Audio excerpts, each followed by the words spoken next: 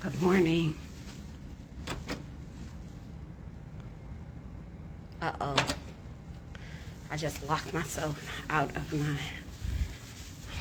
my office. It's not a great thing. Good morning. This is Jackie Glass, Mama, Navy vet, certified doer, and delegate for the 89th District. I hope you all are well. There is so much going on today. I just got locked out of my office, so I gotta stand by for a second. But let's go in front of the door, because today's gonna be a quick one. I think it'll be really good for us to get some. So first of all, this is the office space, right? It's hallways, nothing exciting, neutral colors. Here is the office. So if you ever decide to come up here, we are in room 226. I tell everybody it's 227 minus 1. You know, if you know the show 227 minus 1, then that means you got it. I'm indoors. I just got into the office. I got to get into this room right here because I ran to the restroom before I did this. However, I still know what we're going to talk about today. Easy day. Look, first of all, you may have seen in the news that they're talking about a bill that we have. So we put in a bill about inauthentic replica documents. That's an important bill, but I want to manage expectations while the news is talking about it. And let me explain a little bit more. So we put in a bill that would make it illegal for police. I'm going to come over here and sit down. We put in a bill that would make it illegal for police officers to make fake documents. And I'm going to take off my mask because I'm the only one here right now. It would make it illegal for them to make or use or create fake documents in interrogations where someone has been read their Miranda rights. Now, most people know the precipice of that was the Virginia Beach situation where they used a fake DNA test and it was found out. And the Commonwealth's attorney had to get, not Commonwealth's attorney, Attorney General had to get involved and sort of investigate it. It was wrong. It's bad. Well, it really is a bad practice because, as it was said to me by a lawyer, that if you get pulled over by a police officer and they ask you your name and you put down your cousin's name, you could be charged with a felony. So like making fake documents or it's not okay. That doesn't mean that the police can't lie, and I think we've talked about this, but it just means we don't want them making fake documents that would question someone. An innocent person would actually question their innocence. The bill has been assigned to a committee, which means it's going to be heard by someone to see if they like it or they don't like it. And but to manage your expectations, good morning, is just because you see it in the media, just because you see it in the news, doesn't mean that it's going to pass, right? Like that does not mean that. So while I feel it's a good bill, I think it does a really good job of just saying, hey, we don't honor this practice. That doesn't mean that here in Richmond, when the folks on the committee look at it and they vote on it, that they're going to vote for it. So it's great that it's getting some attention. Like that's a good thing, that we're trying to do good police reform in a sense.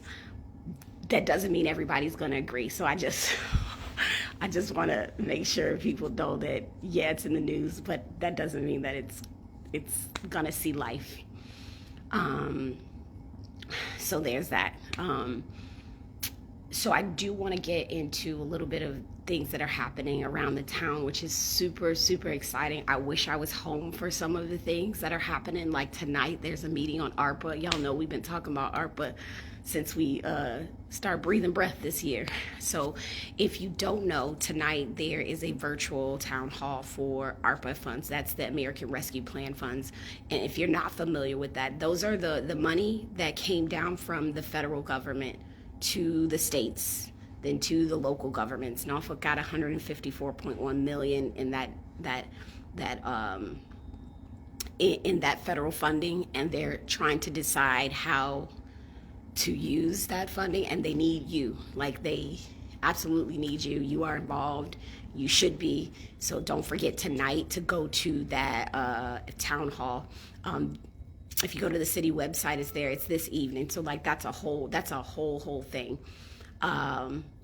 Another thing happening, which I'm super excited about, and I'm trying to find opportunities for the youth in our space and place here to be a part of, is that they are bringing back the Emerging Leaders Program for the city of Norfolk. And if you don't know about this, if you've got somebody between the ages of 16 and 21, I believe it's 20 or 21, there is an opportunity for them to go and be a part of working within the city departments. Now, like, it pays $11 an hour, which I know is not like a whole thing.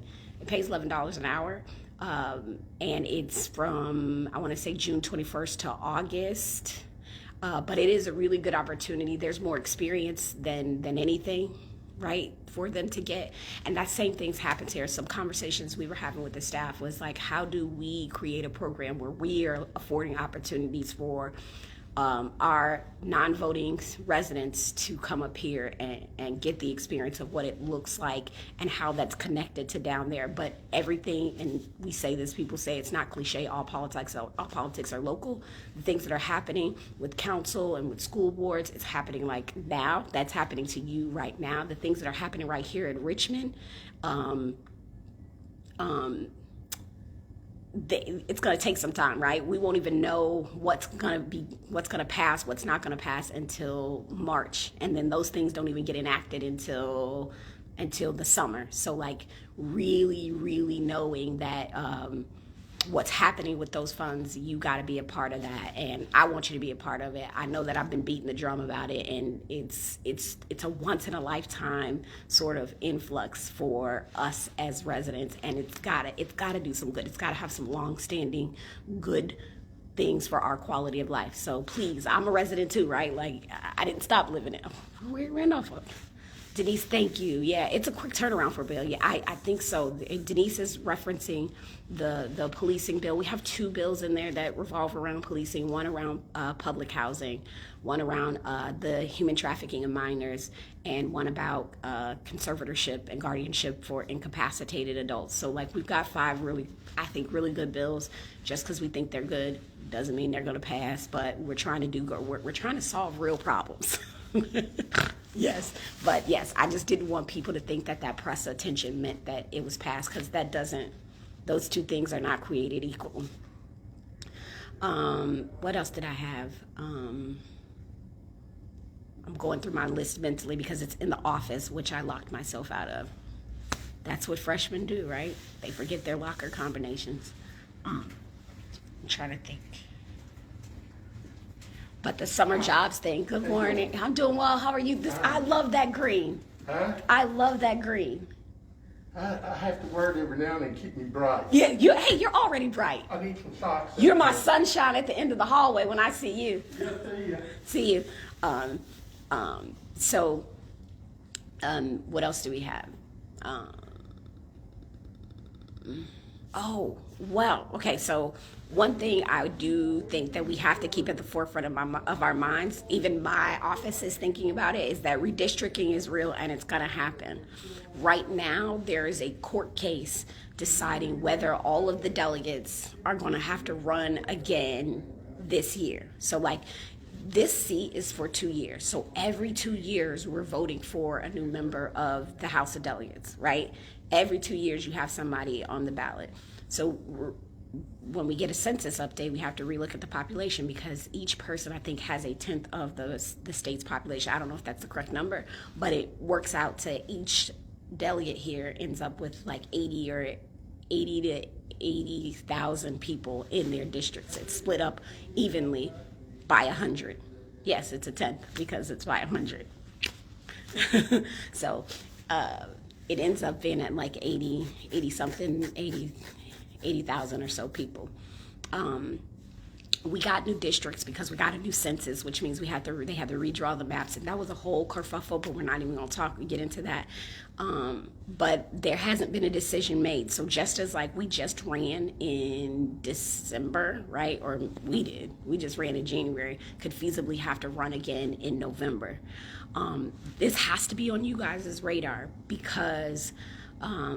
I think it's important to understand how you're going to be grouped. The districting is, this whole district that we're in right now, the 89th, changes significantly.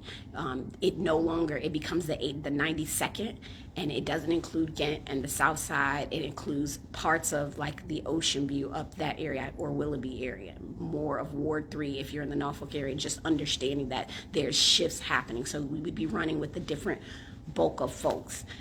Virginia Beach did something really amazing, and they launched a redistricting website where it just explains it. And while it's not the Norfolk area, I would encourage folks to, and I know somebody's going to drop it in here, to take the time to just sort of understand what redistricting is. And that's exactly what it is, making new districts.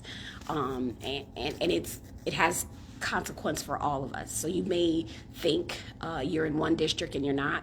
When we did the special election this past month, we had at one polling site, I think it was Second Presbyterian polling site, we had 35 people at least that showed up to vote in the 89th, but didn't live there, but they were used to voting in the 89th where we were. They hadn't realized they had got drawn out of that area. So that's really, really important. I feel like there's something else. I feel like I'm missing something. How are you all? Do you have any questions? Do you have any comments? Do you have any concerns? I'll break for control on that. Like, as I sort of think about what our next steps are. No questions, comments, concerns. We'll just know that we're doing it. The team is pretty solid. We haven't gotten everything off the ground. There's some really great constituent service things that we want to do. We will be getting a newsletter out. We will be updating our website for something that's more user-friendly to you all. We're just trying to make sure that the process doesn't stop here, right? Like every day we're taking our bills, like the 5 bills that I talked about I have to go and make touch points to almost like I have to showcase the bill to the people that are going to vote on it to say, hey, this is my bill. This is really good. We really like your support on it. Please vote yes for it. If you have questions about it, it's a lot of that. And a lot of just like making a lot of touch points and also just building relationships. I am hopeful that within the next 2 weeks, we'll be able to sort of give you guys an actual at-home town hall where we can sit and talk and pull information. But in the interim, I'm going to say this. If you have any questions, comments, or concerns, if you are watching bills, if you're like that proficient, you can email this office at Del, like D-E-L, J, Glass. That's Del, D-E-L, J, Glass, at house.virginia.gov, okay? And then you can contact this office at 804-698-1089. And I'm going to say that again. That's 804. That's a Richmond code. 698-1089. Because we love to make sure that we're educating you on the process, and I'm trying to figure out how we do a Citizen Academy so you can watch. There's some real deal bills out there. Yesterday I just read a bill from the delegate from Prince William County, Delegate Danica Rome. She put a bill in there so that college students were notified of their ability to get SNAP benefits. So we have a lot of working college students that are not allowed to participate in their extracurricular activities because they owe on their lunch account. And what she said, I think it was like 60% of them actually qualify for SNAP benefits while they're in college.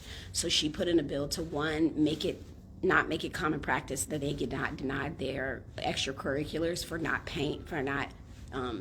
having their lunch accounts up to date, but two, making it so that at freshman orientation, they get notified that they're eligible for those benefits, and it's on our public institutions' websites, a way for them to apply for those. Just a link saying, here's a site you can go to apply. It's things like that where I'm like, wow, we have to legislate that? Like, we have to, yeah, we do. So it's really cool to see people just solving real problems. There's a lot of brilliant people here just trying to do good things for their corner of the world. And I don't think we can do it without people like you that show up wanting to know how to help, asking for help, and then being a help, okay? So that's it, that's all. So when you come, you're gonna sign this book. Like, I get a little guest book, and you sign, and we've had some really great visitors. We had, there's an all-women cadet academy that came by the other day. I'm learning a lot about our state, and I'm glad to share it, and I'm hopeful that we continue sharing with each other, okay? So until next time, I'm Jackie Glass, mama, Navy vet, certified doer, and your delegate. And we will see you on Tuesday. Tuesday. Take care.